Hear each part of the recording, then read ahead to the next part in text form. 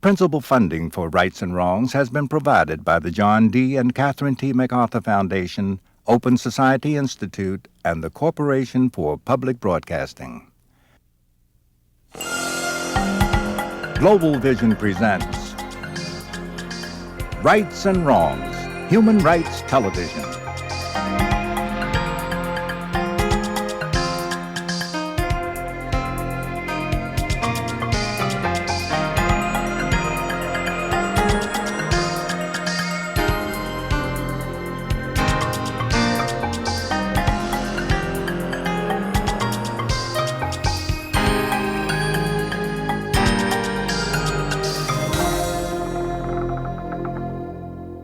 Hello, I'm Charlene Hunter-Gault, and you're watching Rights and Wrongs. Our focus this week, Rwanda, after the genocide. In history of Rwanda, the church was respected. It was the first time in history of Rwanda, nothing at all was respected. Many people want to get married today. Maybe because after the rain comes the sun. After the war, life starts again.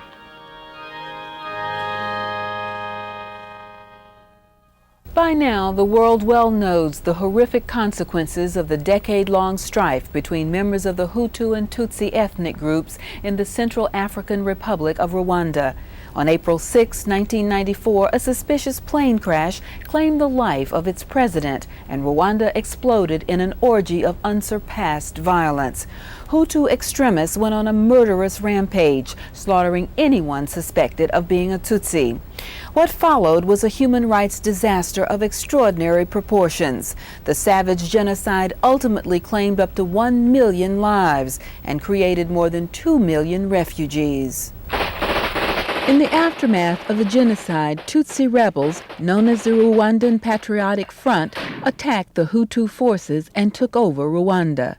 Millions of Hutus fled the country, creating vast refugee camps in neighboring Zaire, Tanzania, and Burundi almost overnight. Cholera and dysentery ran rampant in the crowded and unsanitary camps, particularly in Goma, Zaire, where more than 1 million refugees fled in just 3 days. International relief organizations worked around the clock to provide food, water, and medicine. UNICEF field worker Christian Clark. The problems have been enormous. 500 people are dying a day in all the camps, adults, children, and that's down from 1,500 just 3 weeks ago. The Rwandan conflict also created the largest group of unaccompanied children ever.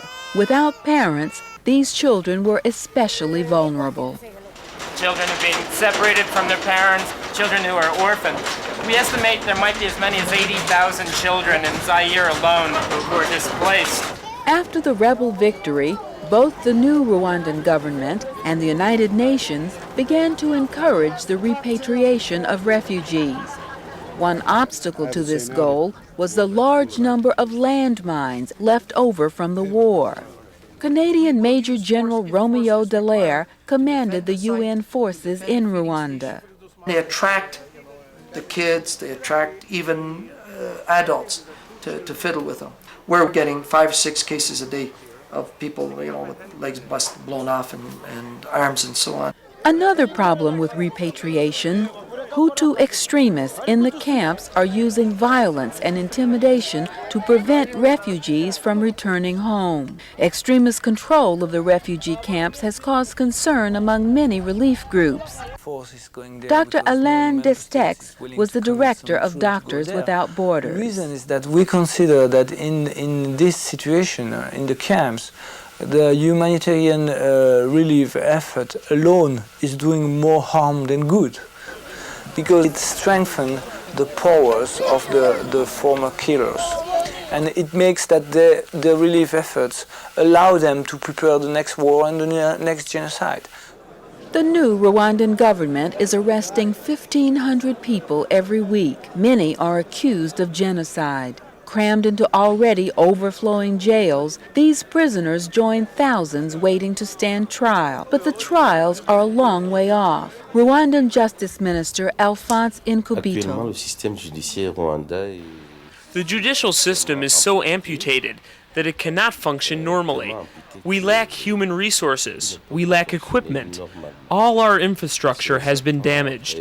In a way, we are starting from scratch. The lack of a judicial system prompted the international community to call on the United Nations War Crimes Tribunal for the former Yugoslavia. The tribunal has added the prosecution of Rwandan war crimes to its mandate. Its new field office in Kigali has identified 400 suspects who may be indicted for genocide. Colin Port directs the investigation for the tribunal in Rwanda. We will primarily go for the leaders, those principally responsible for the genocide and crimes against humanity. The International Tribunal will only try a very, very small number of people. Most of the trials and most of the guilt or innocence will be decided by the Rwandese themselves. Other problems persist. Neighboring Burundi, a country with similar ethnic makeup and tensions, is on the verge of exploding. Despite a UN arms ban, Hutu militia in the refugee camps outside Rwanda have been receiving weapons from unknown sources. There are problems at refugee camps inside Rwanda as well. During a recent attempt to close down the Kibeho camp in southern Rwanda, government soldiers opened fire on a crowd of refugees, killing 2,000 people. The incident was condemned by the international community.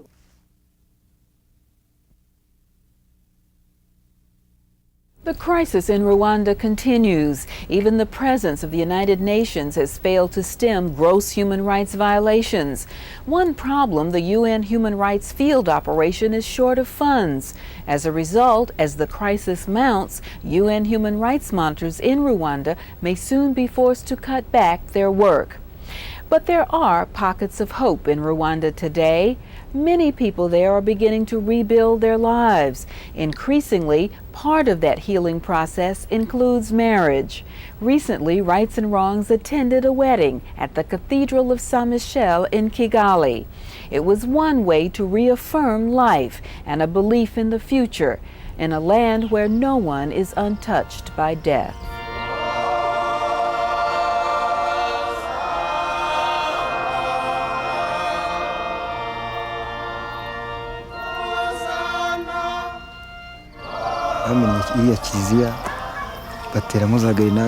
The militia and soldiers broke into the church and threw in grenades. After that, they hacked the people with machetes, cutting them into pieces. Those who lived survived because whenever someone was cut with a machete, they fell down, sometimes on top of those who had not been cut. During the Rwandan conflict, this church in Intarama and hundreds like it became slaughterhouses. More than 600 men, women, and children died here. Tade and Zomba found the bodies. Whenever I reach here, I immediately remember what happened. 3 of my family are here: my brother, my sister, and her child. These bodies should not be buried. They should be left here to be seen by everybody. Because whoever did this was an animal, and such an act should never be forgotten.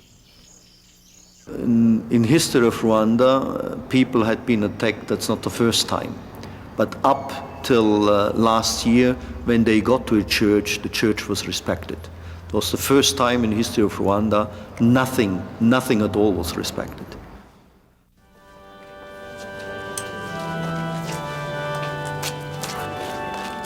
One year after the genocide, at the Cathedral de Saint-Michel in the Rwandan capital of Kigali. Many people want to get married today. There are several reasons. Maybe because after the rain comes the sun. After the war, life starts again. Father Innocent Goshede.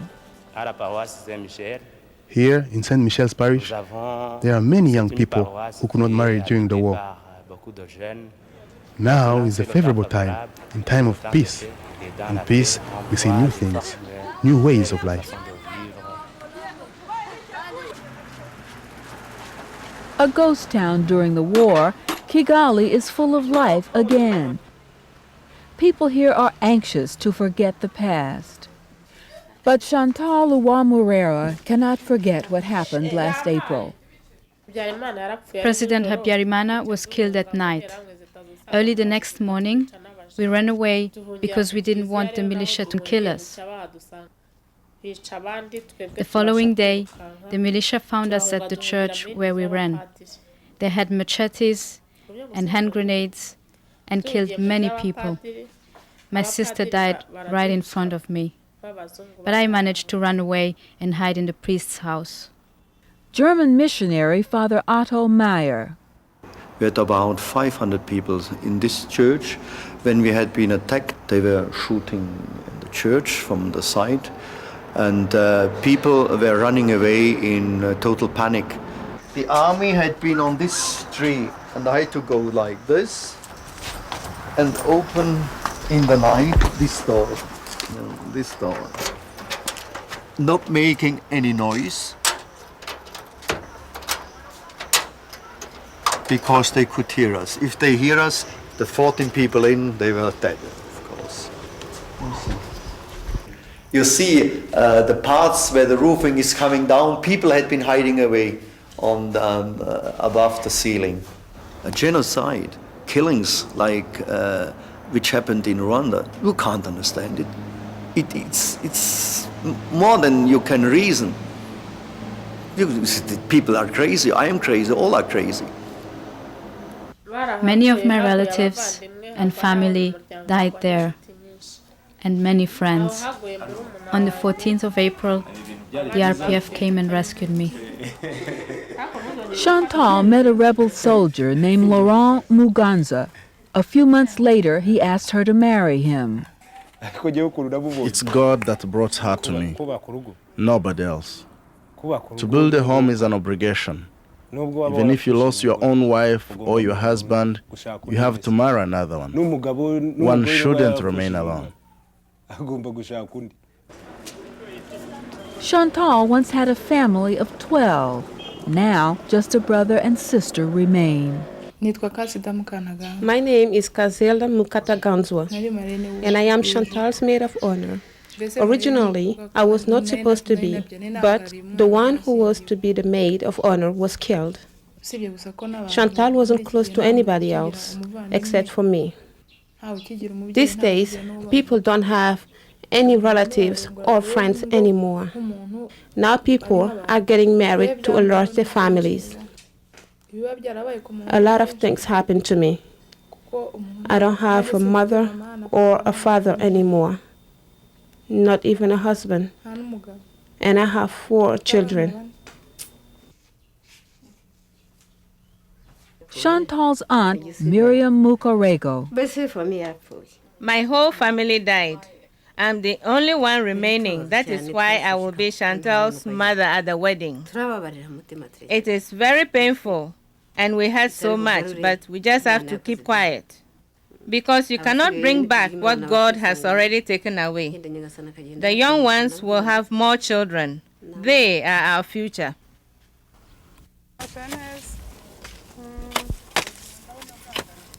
Rwanda is a farming culture. In this spirit, Chantal's wedding day begins with a traditional Rwandan dowry ceremony. We want Chantal in our family. Thank you very much. But my daughter cannot go in a home with no cows. So if you're a poor man, you better say so right now. Ladislas Semana and Leopold Ruasamanzi are the new family elders. What I can say about Rwanda is that all families lost people.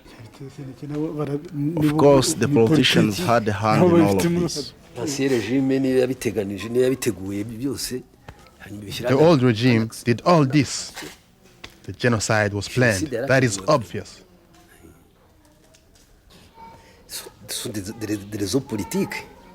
These are political things that we cannot talk about and finish. People have killed each other. We cannot pretend that next year things will be normal. Now there is more of a need to marry than ever. Many people are gone. We are starting from zero. The genocide has destroyed families. We have widows without children. We have orphans. We have girls who have known all the distress in the world, who have been raped. Marriage today becomes an alliance between families, a link which brings together both survivors of the war and people who come from outside. It is a message to society that we must live in unity. I, Chantal Wamurera, take you, Laurent Muganza, to be my husband, in good times and in bad. I will love you and respect you forever and ever, until death do us part.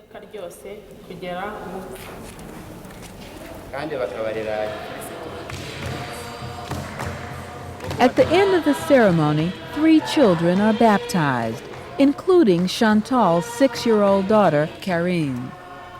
This symbolic rebirth has new resonance in Rwanda.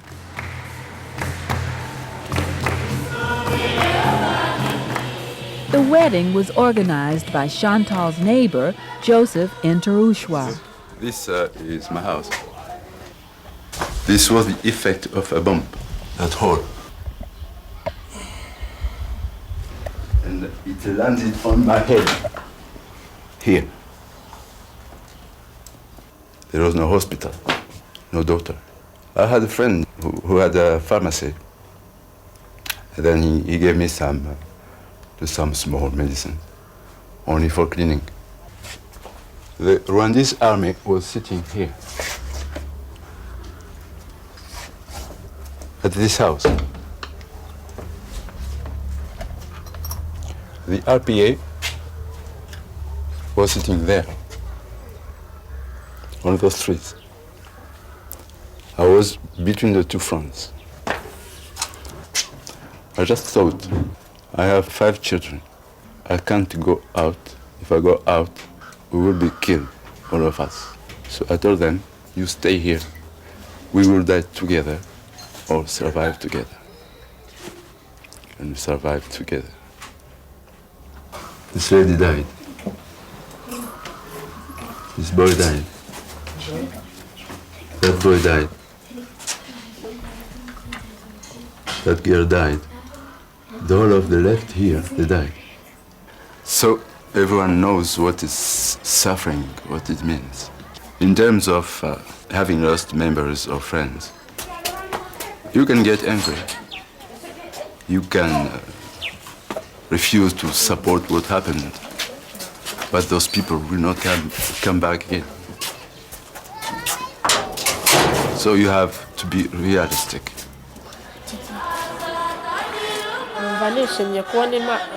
I am very happy to see that despite the efforts of the militia to finish us completely, we have managed to survive and get together and make new families. I am very happy to get married. It helps me to forget what I went through and what I saw, although I cannot forget everything. I don't want to keep making war. I want to take a break and have some peace of mind and not carry a gun every day. During the war, we never put down our guns. To get this ring on your finger and baptize a child, what can you compare such things with?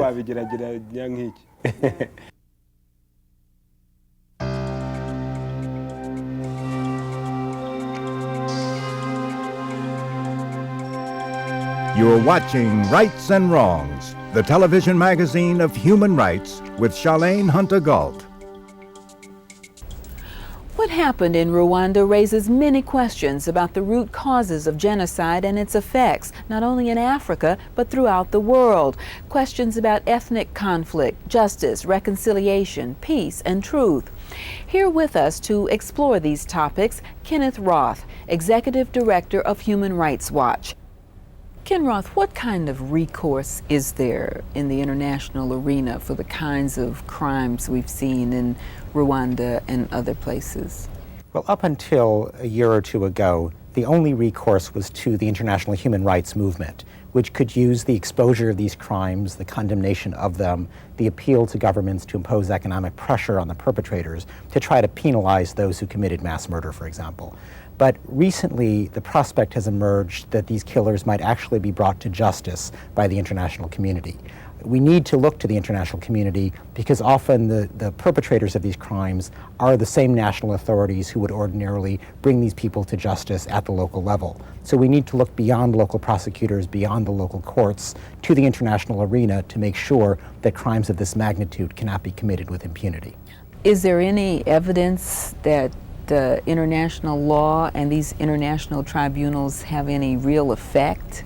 I think that the effect of the new international tribunals that have been established for the former Yugoslavia and for Rwanda can have a potentially revolutionary effect for the human rights movement. They already are investigating the crimes, and in the case of the former Yugoslavia, several indictments have been issued. The next step is to try to get the killers into the dock, to actually bring them to trial. But even if for the moment they escape justice, the mere fact that there is an indictment out for them, that they have to spend the rest of their lives as international pariahs, fearing arrest at any moment, is a tremendous step forward and an indication that the rule of law can be applied even to the most heinous crimes. Is impunity ever justified, you think, in situations like Rwanda and Bosnia where the crimes have been so heinous? There is no practical way that everyone who engaged in the killing of 500,000 Tutsis is going to be brought to trial.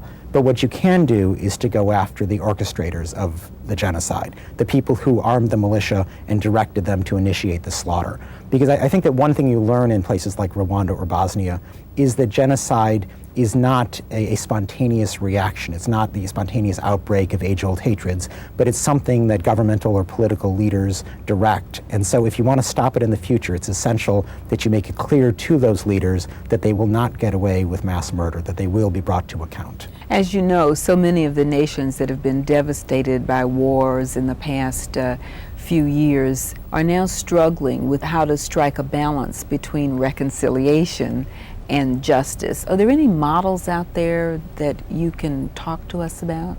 Well, first, I think it's important to point out that there is not necessarily a tension between reconciliation and justice. Indeed, I would contend that the most effective way to achieve reconciliation is by establishing justice, by making clear to the people who have been the victims of atrocities that they don't have to seek revenge by taking the law into their own hands, but rather that the state or the international community will make sure that the rule of law is applied by bringing their abusers to justice. Are there any models out there that are working where this is worked for the people? Ethiopia today is a place where there is a very systematic effort to bring the murderers of the Mengistu regime to trial, and indeed many of them are in detention and trials are about to go underway. Even in a country like El Salvador, where there was not justice in the sense of people being brought to trial, there at least was a modicum of justice in that the killers, in fact the 100 senior commanders of the Salvadoran army who presided over the disappearances and the torture of the last decade, they all lost their jobs. They no longer represent the Salvadoran state. And that form of discipline is an important step toward justice, and I think it really has to be held up as an important success story.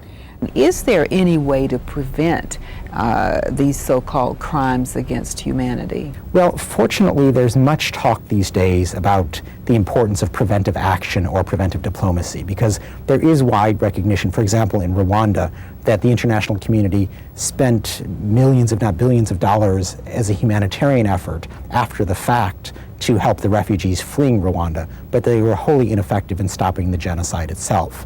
And I think that just in economic terms, there's a recognition that if you start earlier to address the problem, it'll be easier to address. But in order to put some content into these vague promises of preventive action, it's necessary to analyze what were the causes of the genocide.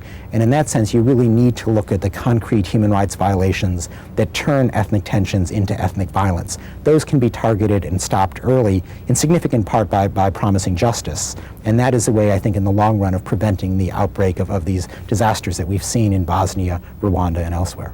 Well, Ken Roth, thank you for bringing at least some good news. Thank you. We welcome viewer responses and your suggestions. Please write us, or you can reach us via email at The Well, an online service connected to the internet. I'm Charlene Hunter-Gault. Thank you for watching Rights and Wrongs.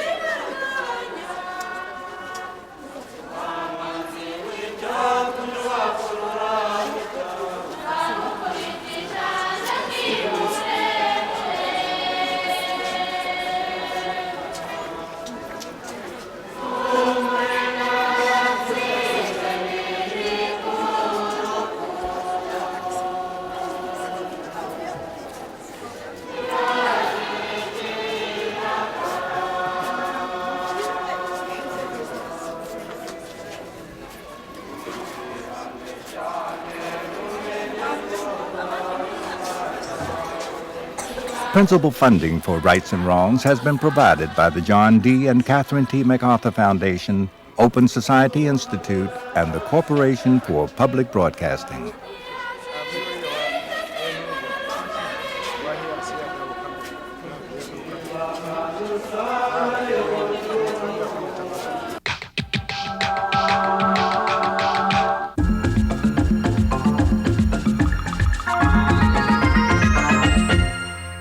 Rights and Wrongs welcomes your written comments and suggestions. You can also order a transcript for $5 or a video cassette for $24.95 by writing to the Global Center, P.O. Box 311, Radio City Station, New York, New York 10101. Send checks or money orders only. Credit card holders call 1-800-541-2535.